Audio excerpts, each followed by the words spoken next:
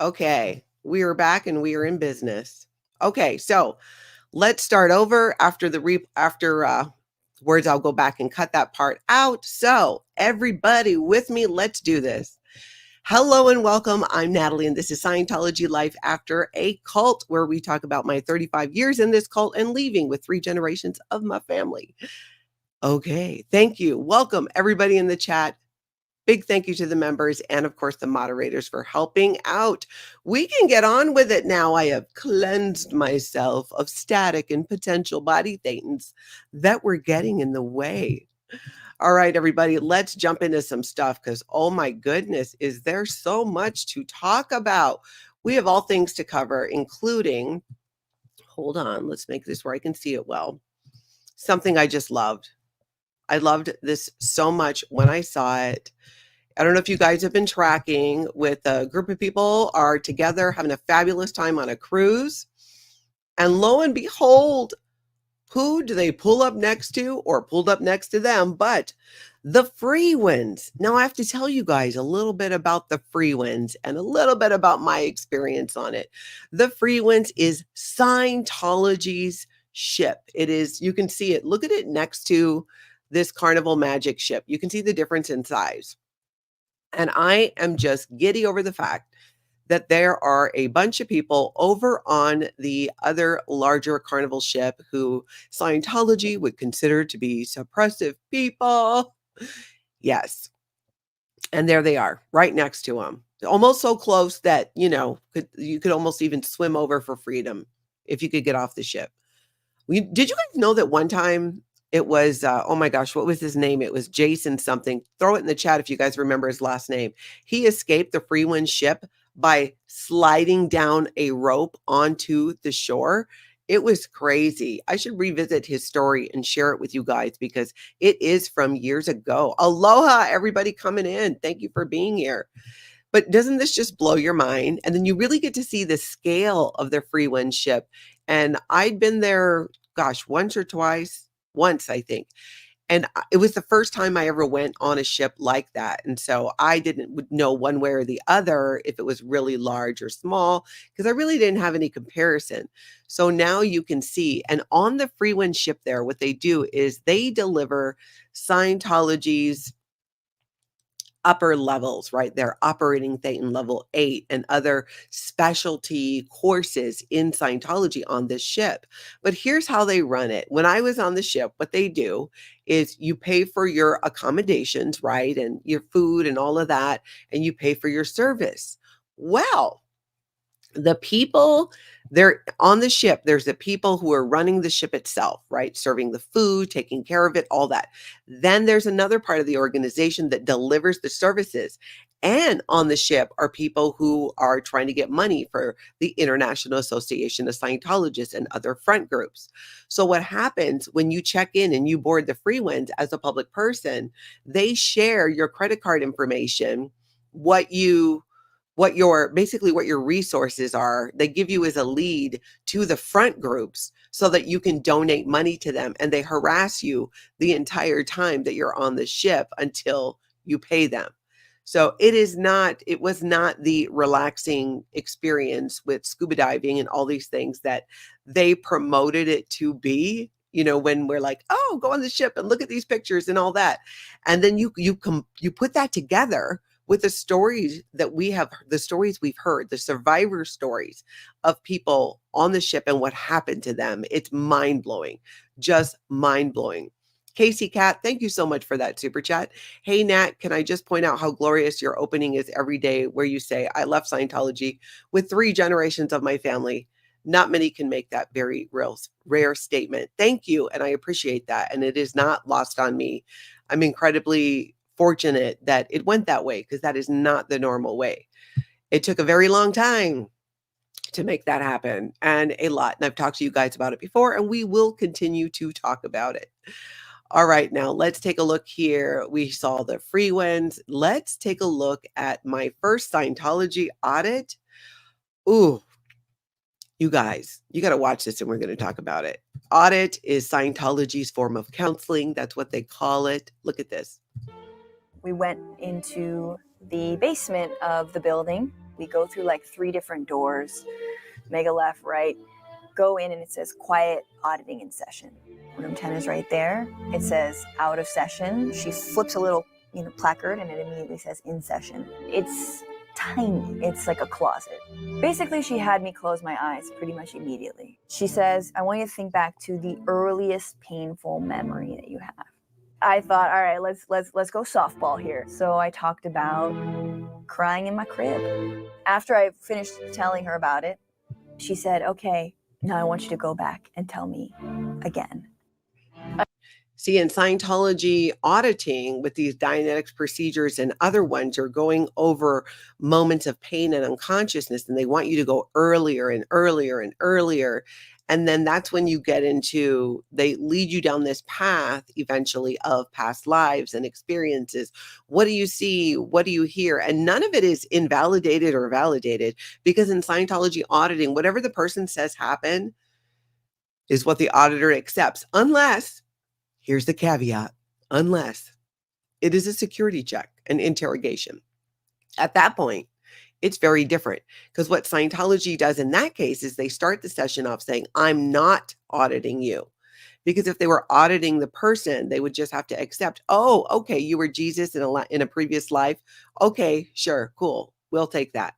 But if they're security checking and interrogating, they can kind of basically be hostile towards you to find out what your crimes are, and that's not auditing.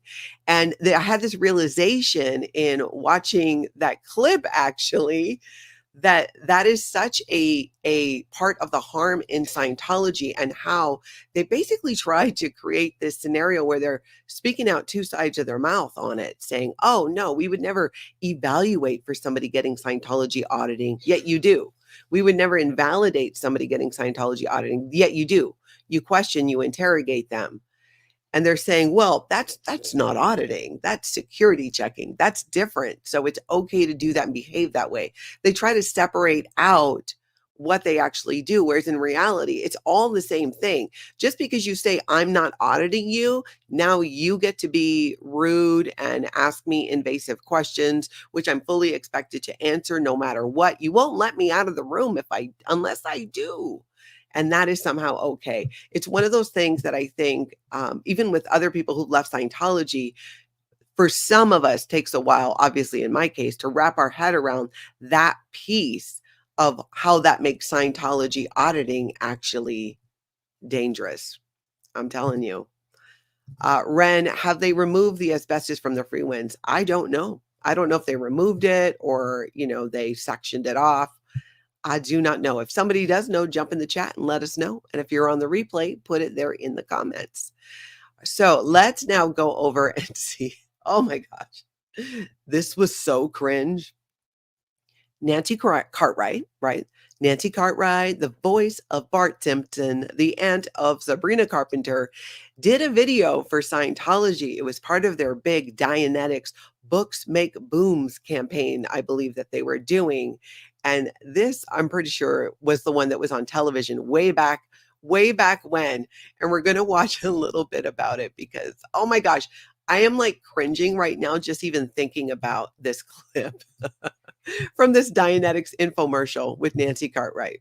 Cartwright has appeared on Cheers, Twilight Zone, the movie, and as the voice of Bart Simpson. Her career as an actress took off 4 years ago when she discovered, I think this was from like 1995, maybe? Dianetics and became a clear. Well, before I went clear, my career was going okay, but it wasn't anywhere near where I really wanted it to be. It's like I had all these dreams of these goals that I wanted to accomplish in my life. I mean, big plans. I wanted to do a one-woman show.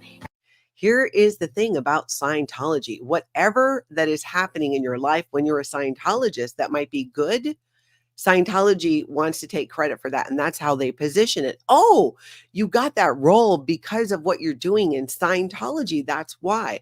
Whereas the reality is many of these people, they're just talented And it would have likely happened anyways, that they would have gotten there, got that role, all of that.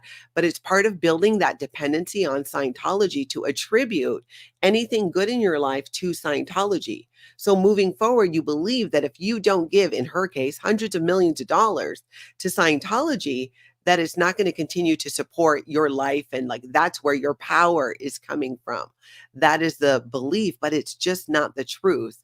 And this is something they do from the very, very beginning. And it's really insidious. Now, flip the script on that. If things are not going well in your life, what is the automatic assumption in Scientology? It's your fault. It's because you have crimes. You must be being critical of Scientology because you're committing crimes. It's just this endless circle loop of Scientology never being responsible for the effects that it creates. But let's put that on the individual. And this is what happens often in many cases with people who had the unfortunate experience of being a victim of Scientology, whether they're in the Sea organization or they were a Scientologist, a public member who was going on and doing their services. There's all of these experiences people start to have that are negative, or they start seeing Scientology in a different light, and then they're corrected with more programming to put them back into the state of mind of what she's saying right now, that Scientology is responsible for anything good in your life, and anything bad that happens is because you're a POS who is out ethics and are committing overts and things against Scientology, or you need to do your next step. That is the biggest thing that was told to me in Scientology anytime I voiced, hey, I'm really struggling with this. I'm really struggling with wrapping my head around, the ideal org program and the demands, the financial demands on Scientologists. And it's either you need, they don't call it reprogramming, but you just need to get in session. You need to get in session and you need to do your next step. And so then the Scientologists put the blinders back on. I know because I did it. And then you continue on. And here's what happens. Once they get you in session, once you've already said, I have these doubts or concerns about what's happening, the interrogation becomes very intense. And what they'll try to do is get you to look within yourself as the source of the doubt and the problem. It's incredibly gaslighting. And using the Emeter, we're going to look at a couple things with the Emeter coming up in a couple clips. It plays right into that because Scientologists believe that the Emeter, when you're holding onto those cans, that it works, that it behaves as you're told and trained it does, but it does not. It's another tool for part of the control.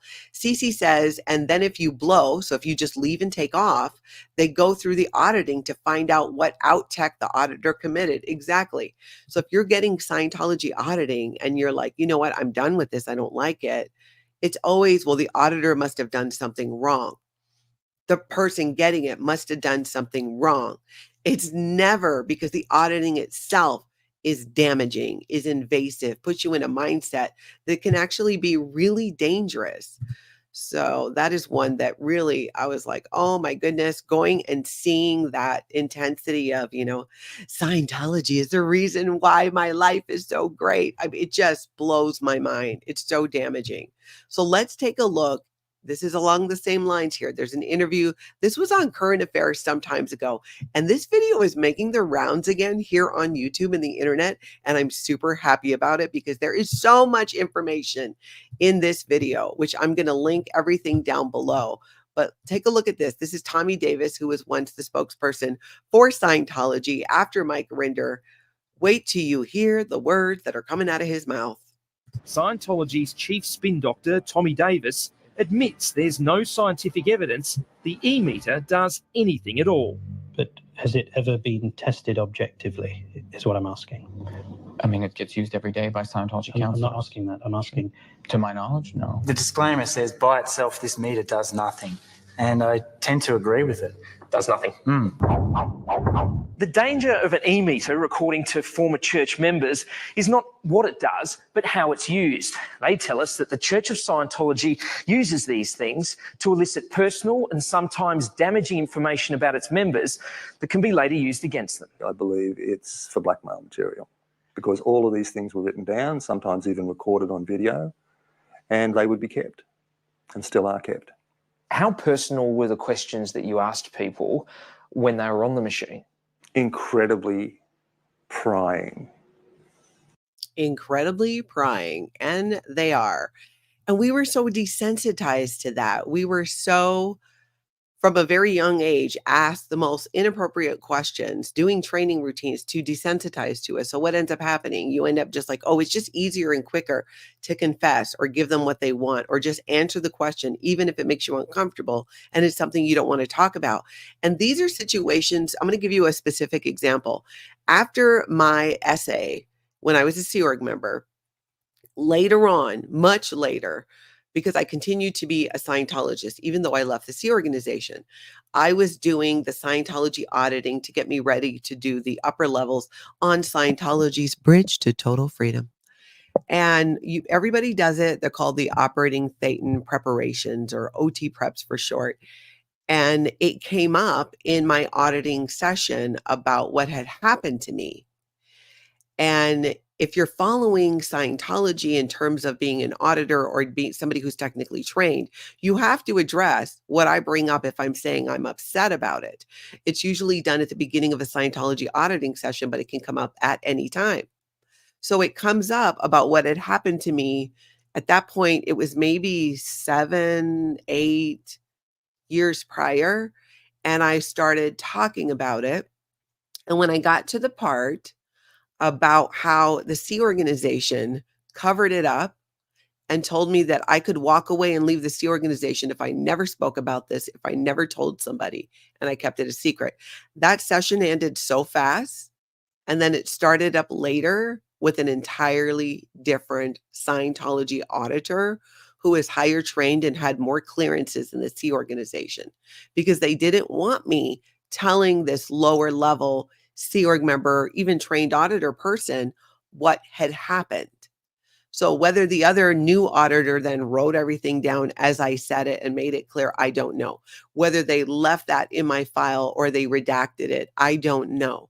I just know that these are the type of things they want to cover up. And when you've been a Sea organization member and then you go back and you're a regular member of Scientology, that often is the case, because they know we're likely going to talk about some stuff. And technically, per L. Ron Hubbard, when we're in a session, that is supposed to be a safe space for us to do it.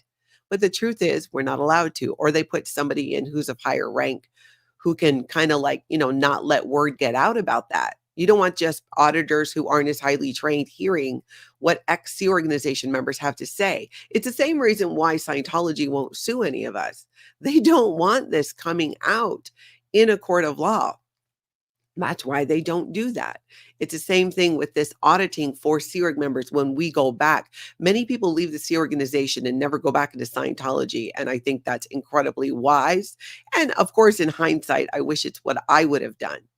But I still had 3 generations of my family in and worked to, at that time, I honestly didn't think they would leave or I could get them out. It would be quite some time before that happened, but it did happen. So he goes on to talk about, too, these disastrous results from Scientology and the harm it causes. People will get upset, people will get distressed, people will be placed at risk. If you don't really know how to respond, you shouldn't be asking the questions. Psychiatrist Professor Ian Hickey from the University of Sydney warns using the Emeter can do great harm to vulnerable people. We have many instances where people have ended up breaking down, being hospitalised, moving away from conventional treatment with disastrous results due to these kinds of activities. Being Scientologist, you look at someone and you know absolutely that you can help them. What would be your advice to anyone who gets invited to be put on one of these machines? Get up and walk away. Run if you need to. Oh, that is powerful. Get up and walk away. Run if you need to. If you guys are familiar with Jenna Miscavige's story, whether you read her book or you've heard her speak about it, of being locked in a Scientology auditing room and having to physically fight the person to get out. She was held in there. They locked the door. They weren't letting her leave. They were interrogating her, and she was trying to do exactly that. Get away and get out of there. And they're totally telling the truth. All of these things are recorded and they're written down and saved in your pre-clear file. And if and when you ever decide that you want to leave Scientology, or God forbid, speak out about it publicly, they go through and pull out these things. And then it becomes what's called a dead agent pack, or a pack put together, or a file to discredit you so that when you share your story, your truth, your experience in Scientology, their goal is to discredit you as a person, as a professional, whatever it is, so that people don't believe what you're saying. That is what Scientology and the Office of Special Affairs does, which is why we should wake them up. David Miscavige, wake up your people. Office of Special Affairs. As you can hear, we're really going to get into the nitty gritty, especially moving forward. I mean, we have, let's be real, but even more so into some very specific examples and instances of how auditing actually created harm and harmed people, and how the Emeter is used to do that and trick people, especially Sea Org members, into believing that it's some kind of truth machine and you just have to diarrhea of the mouth everything. And if you can't think of something, that you come up with something to share or confess because you're the POS, the Sea Org member, the person receiving this. And we know that that's not true. It's not. So Office of Special Affairs, we see you and know what you're doing and continuing to do. And I know it's your job, right? You got to answer to that guy, but you don't have to stay there. You don't have to continue to do it. You know, you see, you know what's happening. You know you're tired. You know you don't feel well. You know you're overworked. You know you're completely underpaid, and you're trying to save the planet and make the world a better place. Wanting to make the world a better place is admirable. And you can still do that outside of Scientology. Many people have left and they're doing that. They're focusing on themselves, they're healing. And if they can, getting involved in their life, in the world around them, and continuing to get the word out. But even if they don't do that, they're moving on with their lives and getting involved with legitimate organizations that are actually helping people and doing good work. We heard that from multiple people that we've spoken to who've left Scientology. And it's a beautiful thing to see that happen and see that growth. And those of you in the Office of Special Affairs who might be watching these videos, you can do that too. I will continue to throw all kinds of shade at you, but if and when you decide to leave, go ahead and reach out. All right, let's see. Bob, good point. Hey, Osa, there is none so blind as those who will not see. I get that. I totally get that. Okay, let's now take a look at something chilling, very chilling, but needs to be known. Scientology front groups are continuing to be exposed. And there is a new episode out of Sins of Scientology. You're watching someone you love, a brother, sister, or child, slowly disappear into the grip of addiction. You're desperate and scared. You've tried everything: counseling, rehab centers, interventions. Nothing seems to break through the darkness. Then, like a beacon of hope, you hear about Narconon. They claim a miracle, a success rate of 70 to 90%, unheard of in the world of addiction recovery. But as with any miracle cure, you must ask, what aren't they telling you? Behind Narconon's promises lie secrets. This is no ordinary rehab. It's rooted in the controversial teachings of L. Ron Hubbard, the founder of Scientology. Oh, gives me chills every single time. So new episode, make sure you go and you check it out at Sins of Scientology. Lori Plays, thank you so much for gifting 5 Scientology Life After Occult memberships. Hip, hip, hooray. Thank you, Lori. I love seeing people get memberships popping up in the chat. It's so awesome. I love it. It's just like, you know, like a surprise present. So thank you for doing that. All right, now let's go take a look at the big blue buildings. Let's go look at a clip from Confident Chris's stream where he found a personality test just like out there on the street. Why? Because Scientology hands them out and people just unfortunately throw them in the street. I hope it would just land in the garbage, but he found it. Check this out. This is pretty useful.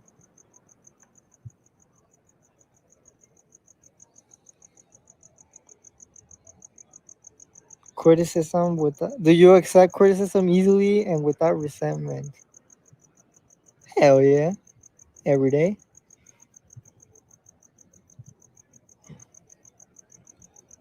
Undisturbed by noises off when you transfer? Hell no, it don't affect me. He's just so funny. He goes through a few of the questions and is actually, kind of like asking himself and answering them. And it's so weird to hear those questions again, you guys. As Scientologists, we had to take this personality test so many times. We would have to take it at the beginning of a Scientology auditing block and then again at the end to, show our progress. Over and over again, the same set of tests. The same goes for the IQ test and another test called an aptitude test that we used to have to do. But it was always the same test. So if you take the same test long enough, you start to learn what the answers are. And the next time you take it, you can do even better. And that was one of their metrics, which is absolutely crazy when you think about it, right? That's how you're doing it, the exact same test over and over and over again. Absolute crazy. Now, speaking of crazy, oh my gosh, he had the most awkward moment with what I'm assuming is a Sea Org member. I don't know what this guy was doing. He saw the camera. It was an awkward, I think it went on for well over a whole minute, but I thought this was funny and strange. Look at this.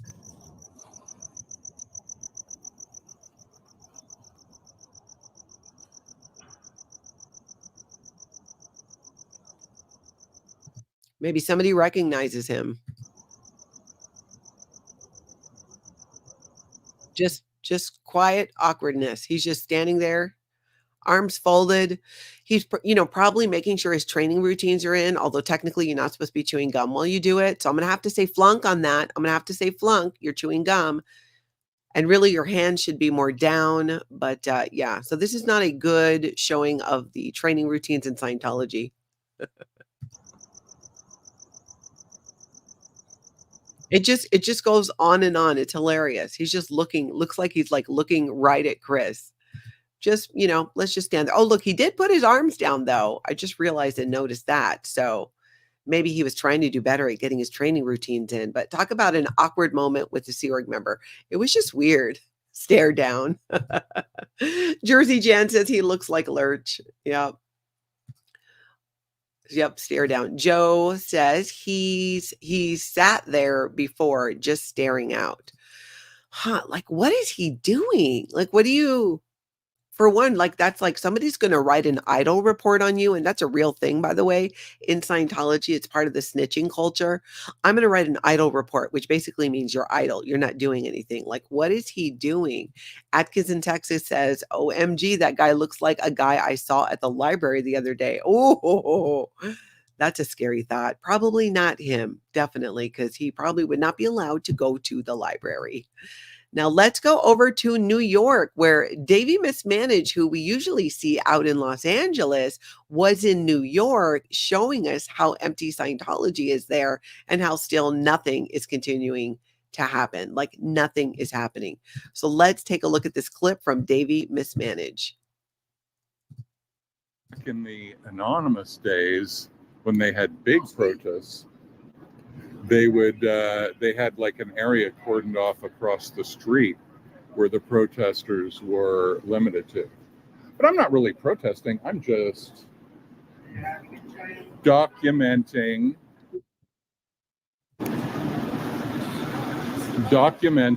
the demise of a cult. It's a little different than protesting. I mean, I might have a few messages for people that pass by. I'll definitely have messages for people who hello. I'll definitely have messages for people who go in there. We wouldn't want that to happen. Scientology, it's a cult. I just love this shirt and the captain's hat right outside. And it says Scientology is a cult. And there are Sea Org members in that organization. I mean, just any Scientologist would see it and be disturbed. But specifically, it is such a slam at Davy's Fake Space Navy. And I hope that in seeing that, in seeing the way that it's parodied and made fun of, that it helps to kind of, it's one more, nick in the armor there for people. I know it was for me in Scientology because there's been multiple movements of protests, including the anonymous movement, which was happening about when I was leaving. And when you have doubts in Scientology, even if you haven't voiced them, but you're considering that, or you had an experience, you don't like how much money they were demanding from you, or that they actually did charge up your credit card without your authorization, or debited your account in Scientology for books that you didn't ask for, or they're trying to recruit your 14-year-old child. Many Scientologists have disagreements with what is happening, but it's part of that cognitive dissonance. They can't make sense of it. And the default is to put the blinders on. But each time it happens, it's kind of like it builds up in layers. And then you see something like that and go, oh, Scientology is a cult. And it continues to add to it. All these messages do. And I think the effect it has on a Scientologist depends on where that Scientologist is at with Scientology. But what we do know is ever since the Ideal Organization program came out like 20 years ago by David Miscavige, to have Scientologists pay for all of these buildings, pay to renovate them, and then have them sit empty, it has not helped to expand Scientology, and Scientologists are recognizing this. It's taken them 20 years, some not so long, but many of them are. It's one of their biggest disagreements is the amount of money being demanded, and the fact that every ideal organization that Scientology has created and put out is empty and does not have a lot going on. And they're seeing this. They're seeing it through live streaming. Some of it are seeing it by going and doing tours of other organizations just to see for themselves and not just listen to what we're saying or even what people are live streaming Scientology and what they're saying. I think it's really, really interesting, and it is absolutely making an impact. People who are basically hardcore, like 110% Scientology, it might have no effect on them, at least not now. But it does plant a seed. And when it plants a seed and it is watered and nurtured, and they go through Scientology and have more negative experiences, they might wake up faster than somebody like me, who had the negative and abusive experiences but didn't think it was possible to leave Scientology. They might be able to leave sooner or quicker because of it, which is why we get the word out about these stories. Now let's go take a look at growing up in Scientology. Erin has been connecting the dots with a connection with Diddy, Ashton Kutcher, Danny Masterson, and Scientology. And it is getting interesting and even a little, well, it's beyond disturbing, let's say that. So let's take a look at this clip and then let's discuss. Okay, my name is Blake. Do you want to go to war, Malaki? Oh, wait a minute. We don't need to see that whole thing. Where is my clipped part? Has no involvement in any of this. He doesn't belong in this conversation about Diddy. Ashton has only seen Diddy in a handful of social and business events, all of which have been documented by the media. That is insanely false.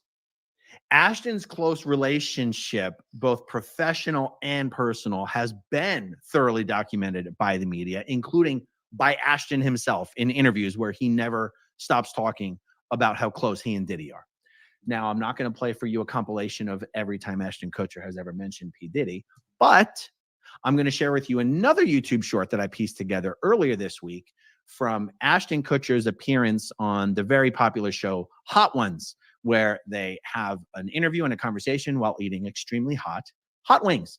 Let's see what Ashton had to say about Diddy and specifically Diddy's parties. Here we go. Diddy party stories, they're our favorite genre of anecdote. If Oh, you really? have one, yeah. Wow. Okay, I've got a lot. I can't tell. So, can't tell that one either. I mean, I'm like actually cycling through them. Diddy. Basically goes on to say he can't pretty much talk about anything that happened at the party. But when you go through this video and the way Erin lays it out, there is a very disturbing connection between Diddy and Ashton and Danny Masterson and behaviors of what was being done. And as most of you know, Danny Masterson is in prison right now for drugging and essaying multiple women. Multiple women came forward about this. And he's not the first one to have done that. You know, when I've shared with you about my essay, that's what happened. I was drugged with the same drug. And this was in 93. And when you look at Masterson in the early 2000s and what he was doing and the Diddy parties and this use of these drugs to assault people. It's such a pattern of behavior. And then it's kind of like attracts like. I feel like it's starting to come out more and more. It's like who was really involved in this type of behavior and for how long and how they protected each other. What are the ties? What did Ashton Kutcher know about what Danny Masterson was doing? What did he know about what Diddy was doing? But they're kind of like coming together in a connected way that is not going to be good or end well for any of them, but it needs to be done to get the truth out about that. And to stop it, ultimately, can we just stop? Can we stop essaying people? Can we stop drugging people and then do it? I feel like this is not a big ask. But why and how did these individuals manage to get into these positions of power, to be in a position to do this even more, and then be surrounded by people who either participate or look the other way about it? It's a whole nother reckoning in a way. And I think it's causing many people to evaluate their relationships and what they knew or they didn't know or didn't want to say something because somebody was in a position of power and they were afraid of what that would do. It's so messy. It's so messy and gross and disgusting, but unfortunately something that does need to be talked about so that, helps us understand too, those ties to Scientology, where those behaviors brought in, like where did they originate? Why is it such a prominent problem? We'll continue to talk more about it. I'd love to hear your guys' thought in the live chat or in the replay in the comments about what you think about those connections and that behavior. I'm still trying to process a lot of it myself, especially being a victim who went through an experience like that. I don't get it. And yeah, Kathy, I mean, that sums it up. It's all so sick. It's just sick. Like, what's wrong with you? What's wrong with you? Go have a relationship. And I know that assault is not about sex. It's about control. It's about anger. But it's all just messy and gross, I'm telling you. So let's see here. Let's look at something else that we were going to talk about, because remember how we were talking about Rebecca Minkoff might not do well on the Real Housewives of New York because she doesn't want any drama. She doesn't want to create drama. And even one of the cast members said that, what is it he said? She said that she's too nice, that she's just not going to get in the drama. Well, it turns out, you guys, that Rebecca Minkoff did try to start some drama, but it was fake drama. It was fake drama. Real Housewives of New York newbie Rebecca Minkoff suggested fake fighting with Jenna Lyons in season 15. So reality television already gets a bad rap for not being real. The last thing it needs is even more fake drama, which is what Real Housewives of New York newbie Rebecca Minkoff suggested for the new season. Rebecca suggested fake fighting with a fellow fashion designer and castmate Jenna Lyons. And it looks like Jenna shut it down. This isn't surprising, seeing as how Jenna is one of the more quiet cast members of the show and doesn't typically eschew, is that how you say that? Eschew to the traditional and flashy housewives mold. She is more quiet, averse to spectacle, and not a fighting for the sake of it type. Plus, thus far, there has been nothing but camaraderie between Jenna and Rebecca. Jenna Lyons says, no fake drama. Of course, it would seem like having two powerful female fashion professionals on the show would be inviting the drama and competition. But Rebecca has nothing but good things to say about Jenna and how she helped her get used to the Roni arena. We had a lot of fun together, Rebecca gushed to Decider. She's been so supportive. And obviously, Raquel and I were the newbies. So Jenna really held my hand through a lot of stuff to just understand how it works. So they're both from the fashion industry. It goes on to talk about that. And then so it says, I kept joking with her. I was like, we should do fake fighting over like who's more stylish, Rebecca shared. And she was like, we're good. I was like, but it'd be funny if we did that. And while Rebecca may have meant well, faking anything is a big no-no in reality TV. Okay, is it really? Is it really a big no-no in reality TV? Faking things? I don't know. It's a big no-no in reality TV, and Jenna is probably the last housewife cast member who would ever consent to something like that. So it looks like there won't be feuding fashionistas in the new season, although the trailer certainly promises some drama. And it was in the trailer that one of the castmates said, like, hey, what do you want us to say if we're asked about Scientology? And what does she say? No comment. Just say no comment. Just, oh my goodness. It's just a gift that's going to keep on giving. The more that the news comes out about Rebecca Minkoff being a Scientologist and her father, Dr. David Minkoff, responsible for the deaths of 2 Scientologists, it's going to continue to come out and come out and come out and come out so much. So I'm so glad she's there. You stay on that Real Housewives Rebecca Minkoff for sure. You stay there. Let's take a look now at people. You know, we hear a lot of conspiracy theories on all kinds of things. And I, like many, like to go down the rabbit hole of some conspiracy theories to learn about what they are. A lot of them I never heard of before, but check this out. This was done. 17 things that sounds like conspiracy theories, but aren't. And of course, there are many listed in here, but you know, my favorite one, Scientology. So here's why Scientology made the list of these conspiracy theories that actually turned out to be true. Operation Snow White. Basically, during the 70s, the Church of Scientology was concerned with all the bad press surrounding them and all the other dirt on them that could be released. So they used a huge number of contacts that they had in various U.S. government agencies to destroy. I just lost my spot there. To destroy all negative information about the Church of Scientology and L. Ron Hubbard. The crazy thing is they succeeded with much of the plan before they were caught. There was a ton of negative info on Scientology in the 70s, possibly enough to destroy the church. And it'll never see the light of day because they used their huge influence to have it destroyed. Now, I think a lot of it has seen the light of day because of whistleblowers coming out and sharing about it and getting the word out about it. And who were there, you know, literally were in the room when it happened and continuing to share that. But that is a really good point. Back then, that's why Scientology infiltrated the FBI, the IRS to get documents. Because remember, things were all in files, right? You could go in and take it. Was back in the day. It was in the 70s. And this coming out even in that platform, I'm in love with. I'm absolutely in love with that people are seeing it. Now let's take a look. Let's take a look at, this is a recent article we're going to talk about. We talked about this the other day. This happened not that long ago. And it's, again, one of the many things happening right now where people are losing their mind about it. High-ranking Scientologist reveals the memo the church sent out after South Park poked fun at Tom Cruise. And if you guys remember, I think we talked about this yesterday or the day before.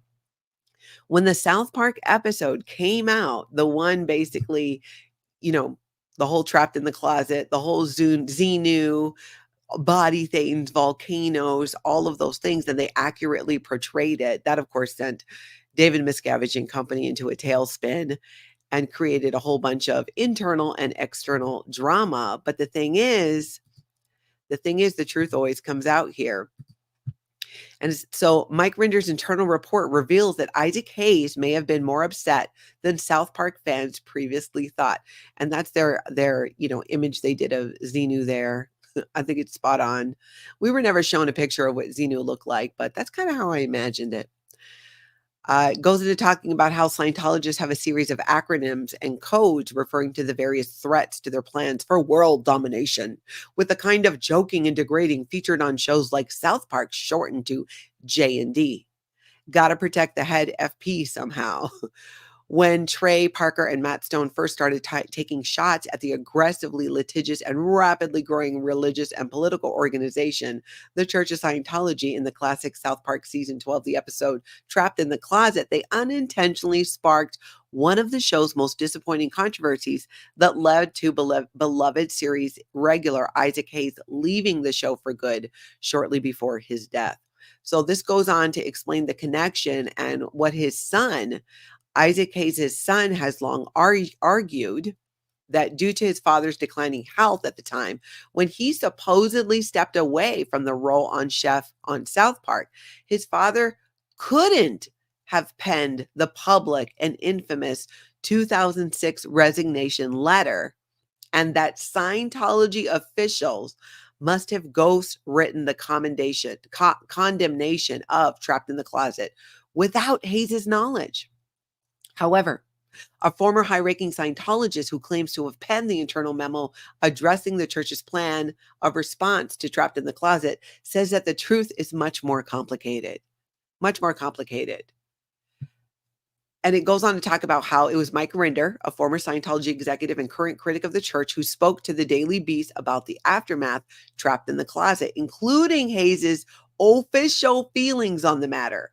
Rinder claims to have written the leaked memo from the day after Trapped in the Closet aired, which begins, "This program aired last night on Comedy Central. They did not contact the church or give any forewarning on the show.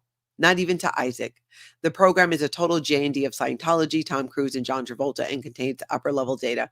So that's the whole joking and degrading thing, right, with Scientology that you are not allowed to do.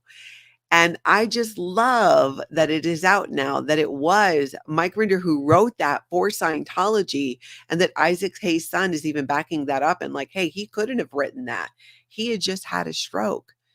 And that, I wonder how things might have been different. I don't know. I mean, we're really never probably going to know what Isaac Hayes really thought about that and what would have happened had he not become ill and then ended up passing away. But it's very interesting. And one of the things that Scientology is losing their minds about because they don't want this out. They don't want it known. And it is just like this. I feel like there's this fire hose that was just opened up even more.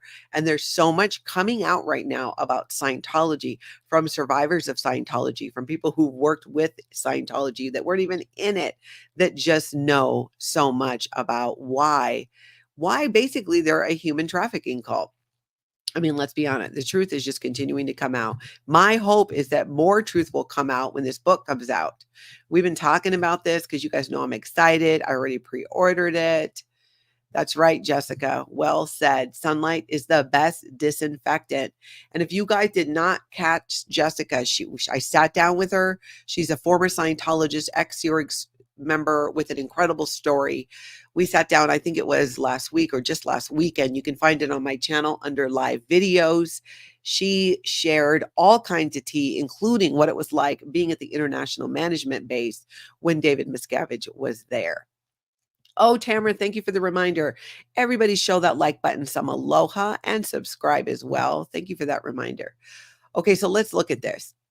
Riley Keough reveals bittersweet process to finish mom Lisa Marie Presley's memoir, I Burst into Tears. Riley Keough describes listening to tapes of memoirs her mother had recorded as incredibly painful. Think about that for a minute. She lost her mom, who she obviously loved. She lost her brother, who she obviously loved. Her brother unalived himself as a young man. I think he was in his 20s. And then she loses her mom. And she goes back and she listens to these recordings that her mom made. I just can't even imagine. And I hope in there that it includes what really happened when Lisa Marie herself broke ties with Scientology. It says that Lisa Marie Presley was only 4 days old when she made her flashy introduction to the world, cradled in the pink-clad arms of her mom, Priscilla Presley, and, as her dad, rock and roll legend Elvis Presley, pushed them in a wheelchair while leaving a Memphis hospital. So that, of course, was a long time when she was born. And this is a part I find really interesting, too, from the perspective of Riley Keough. Because my mother was Elvis Presley's daughter, she was constantly talked about, argued over, and dissected. Riley, 35, tells People in an exclusive email interview for this week's cover story. What she wanted to do in her memoir, and what I hope I've done in finishing it for her, is to go beneath the magazine headline idea of her and reveal the core of who she was, to turn her into a three-dimensional human being, the best mother, a wild child, a fierce friend, an underrated artist, frank, funny, traumatized, joyous, grieving, everything that she was throughout her remarkable life. I want to give voice to my mother in a way that eluded her while she was alive. Oh, I don't know. That hit me in the feels, you guys. I don't know. That just, I can't even imagine what that's like. And then to go and finish the book. And this is why I'm so curious and I want to know, inquiring minds want to know, how in depth, if at all, is it going to get into in Scientology? I don't see how you can do a memoir about her life and not get into it. But we just don't really know where her daughter Riley Keough stands in regard to Scientology and her father's side of the family being Scientologists. A big family also in Scientology. So not knowing where those relationships sit, you just don't know what is going to come out about it. But even if there's not a ton in it, it's going to stir conversation around it and it creates that. And you know what? There's got to be a word for this. And I know there is. You guys tell me, is it, it's like when you're talking about something and you're just bringing so much more attention to it by virtue of you just talking about it and being there. Like Rebecca Minkoff being on The Real Housewives, it brings all this negative attention to Scientology. And this is the same thing with the book. If stuff is left out or not covered, or it continues to, or if it paints Scientology in some type of good light, there's going to be backlash and things still coming out. So it's not going to stop it. But I don't see how she could do the book without including it in there. It was just such a big part. It was a big part of why she was traumatized, of all of those things. Rain Virus says, I would love to have recordings of my mother. I would listen to them daily. Yeah, truly.